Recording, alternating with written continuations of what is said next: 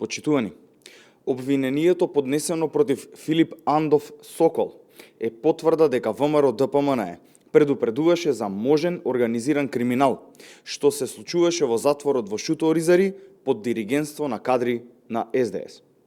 Во времето кога Сокол беше директор, затворот беше претворен во луксузен хотел за осудени криминалци, кои со службени возила и под заштита на институцијата, односно директорот Андов, излегувале надвор од келиите кога ќе посакаат.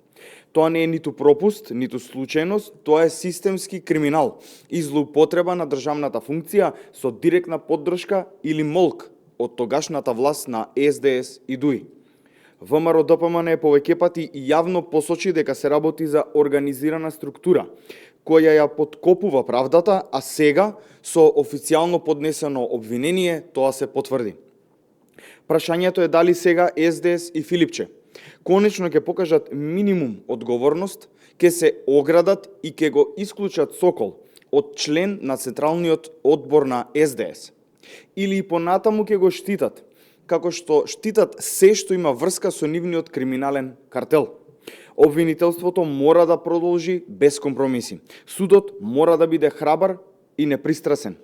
Правдата мора да победи, а ваквите случаи не смеат да завршат во фиока. Ако сакаме институции што служат на граѓаните, тогаш казна мора да има за сите, без разлика дали се работи за поранешни директори, партиски советници или луѓе блиски до Заев и Филипче. Ви благодарам.